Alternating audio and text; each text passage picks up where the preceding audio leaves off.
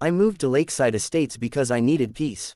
Not drama. Not neighbors who monitored the height of grass blades like it was national security. Just peace. But I didn't know that Lakeside Estates wasn't a neighborhood. It was an ecosystem ruled by an HOA, specifically by Karen Whitmore, the self-appointed queen of the cul-de-sac, obsessed with control, appearances, and her own imaginary title of community visionary. She walked around like she owned the place. But the thing is, she didn't own everything. Especially not the most important part, the lake. The lake was why I chose to move here. Calm, quiet water reflecting evening skies, ducks gliding like tiny ships. It was supposed to be my refuge. Supposed to be. The first week I moved in, I found a letter taped to my front door. Not mailed, taped, like a ransom note. Please review HOA guidelines. You have installed an unauthorized mailbox. Replace within 72 hours. My mailbox. A mailbox that came with the house. I shrugged it off. Maybe a misunderstanding. Then came the second letter. Your lawn shows signs of uneven mowing patterns. Please hire an approved landscaper. Then the third. You were seen parking your vehicle 4 inches over your driveway line. Please correct immediately. That's when I met Karen. Or rather, Karen cornered me as I got out of my truck. She smiled, but the smile was the kind that hides teeth sharper than they look. Hi there, new neighbor. I'm Karen. I'm the head of the Lakeside Estates HOA committee.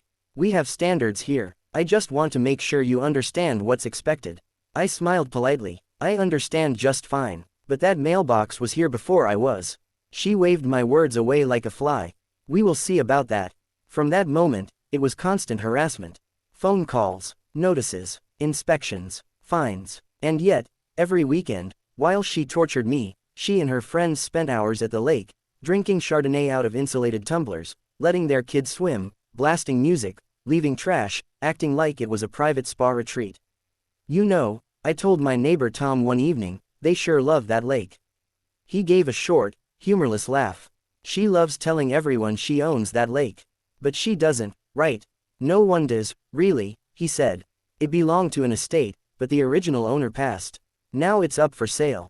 HOA's been trying to buy it for years but can't agree on the funding.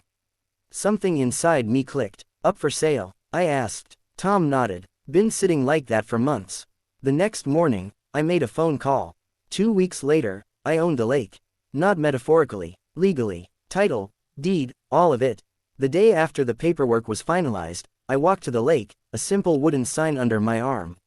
Private property. No swimming without permission. Permit required. I planted it right where Karen held her weekend social events. It took 3 hours before she came storming to my door. She didn't knock. She pounded. I opened the door slowly. You need to remove that sign, she demanded, voice high, cheeks flaming. No, I said simply. This is a community lake. She spat. Actually, I said, holding up a folder, I own it.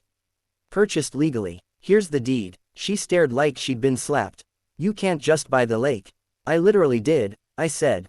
Her voice cracked into a shrill screech. This is a violation of HOA rights. We have traditions. We have events. We swim there every summer. And now, I said calmly, you can do that for $250 per household, per day. Karen's mouth dropped so wide she could have swallowed a duck.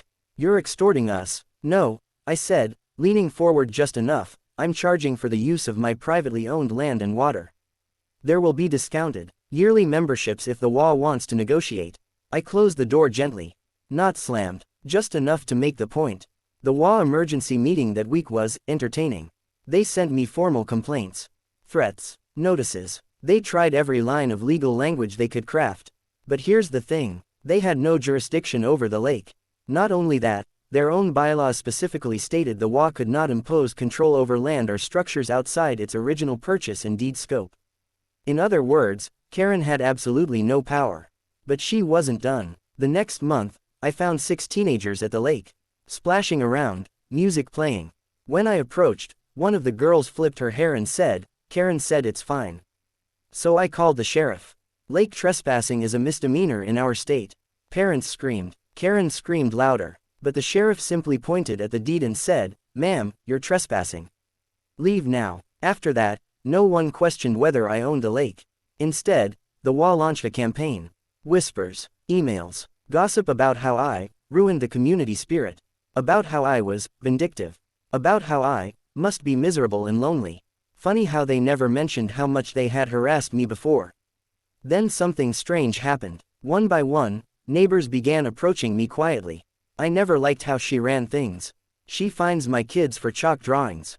She told my wife her flowers looked tacky. She threatened to tow my truck when I was loading tools. People who had been too afraid to speak. So I formed something of a counter-community. A friendly one. Cookouts by the lake, fishing mornings, kayak days, all free, for anyone who wasn't tied to Karen's crew.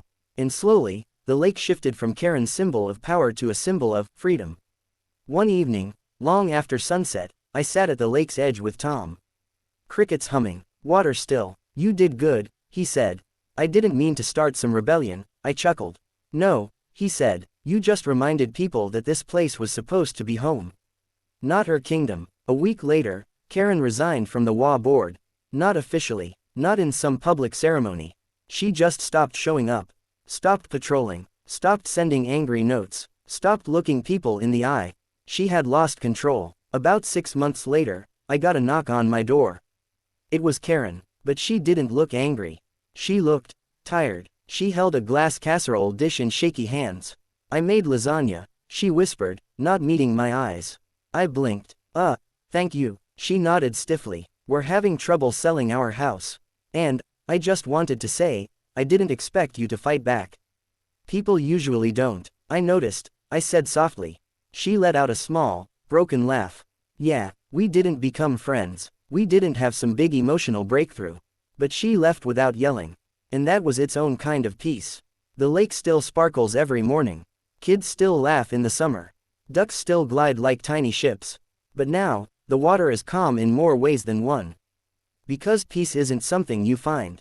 Sometimes, peace is something you take back.